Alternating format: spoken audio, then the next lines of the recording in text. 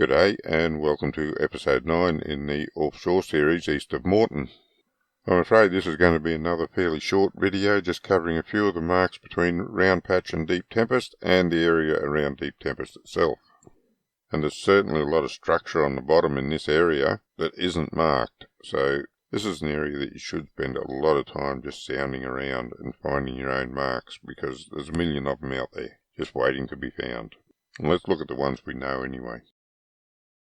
Episode 8 was a short addendum to Episode 7 on Round Patch, where I showed some information that I've got to include in Episode 7, and that is the extensive reef structure running from Round Patch all the way up through to Deep Tempest. I'll just show these couple of screenshots now, because a lot of people might have missed that if you weren't subscribed. It wasn't widely circulated on Facebook, so if you're fishing offshore you might want to go back and have a look at that addendum. For now, let's get on with Episode 9. I'll just start this episode with an overview of the green zones in the area. I have quite a few marks that are now inside green zones, so I'm not going to talk about them much, other than just to mention that there's a lot of coffee rock reefs in close to shore along the eastern side of Moreton. These two marks here are on one of them. It's in the green zone now, so you can't fish on it. These other marks here, a bit further out, that's what we used to call Henderson Shoals, or Henderson Rock. And that is, or was, an absolute great fishing spot. Loved it, until they made it into a green zone. So went for a period of time there. They sort of went mad on creating green zones, or I don't remember really now, maybe they just created them all at once. But lost a lot of my fishing spots when they did that.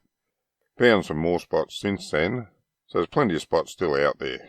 Nothing's irreplaceable, but I still do lament losing Henderson Rock. We'll just zoom in on this section south of Deep Tempest for a start.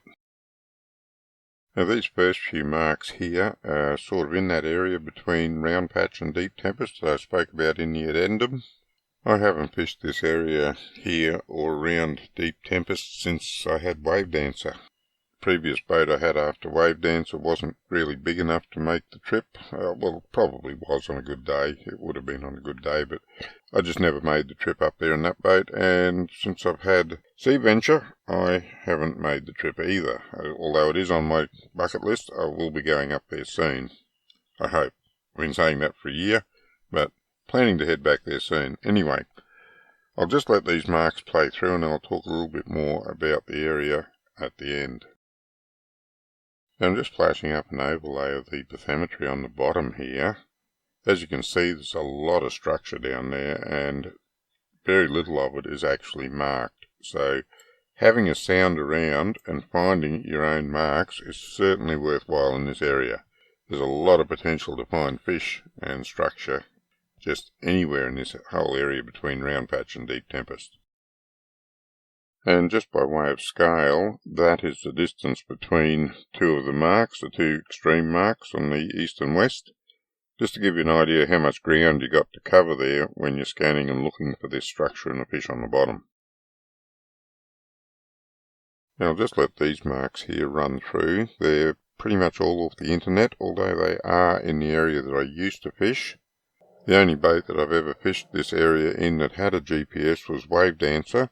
And that GPS is absolutely ancient now. It died before I took the marks off of it, so I lost all the marks I had on it. But I know the general area, and this is the general area I was fishing in. So have a look at these marks, sound around on the bottom, you should find fish and structure. And just remember that the rewards of catching a fish is proportional to the amount of effort you put into finding the fish before you throw your line in.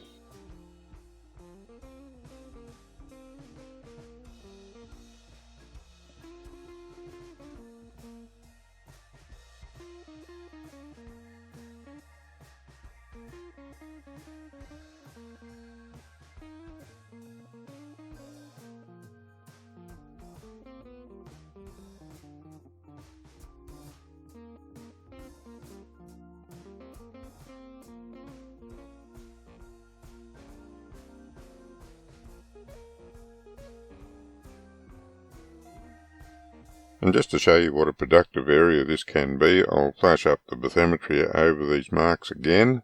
just so you can see what the bottom is like down there.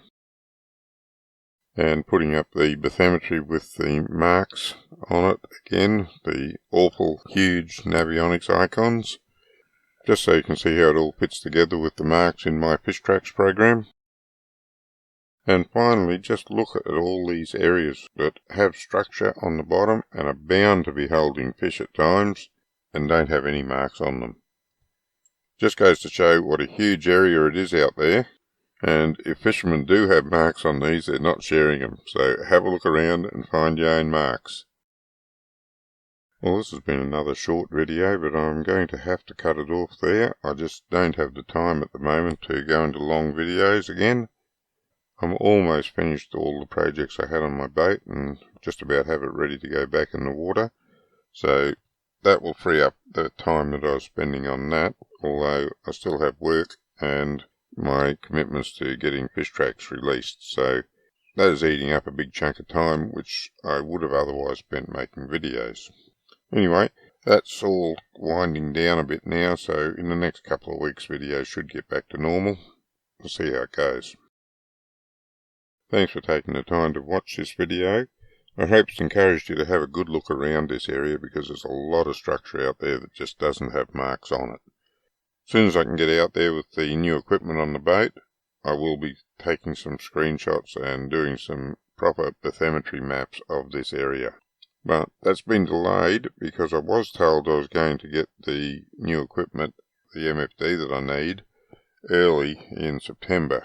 Now I'm told I'll be lucky if I get it by Christmas, so very, very disappointed, and that's going to delay things. But, you know, by next year we'll have all this coming through, some great bathymetry maps coming through.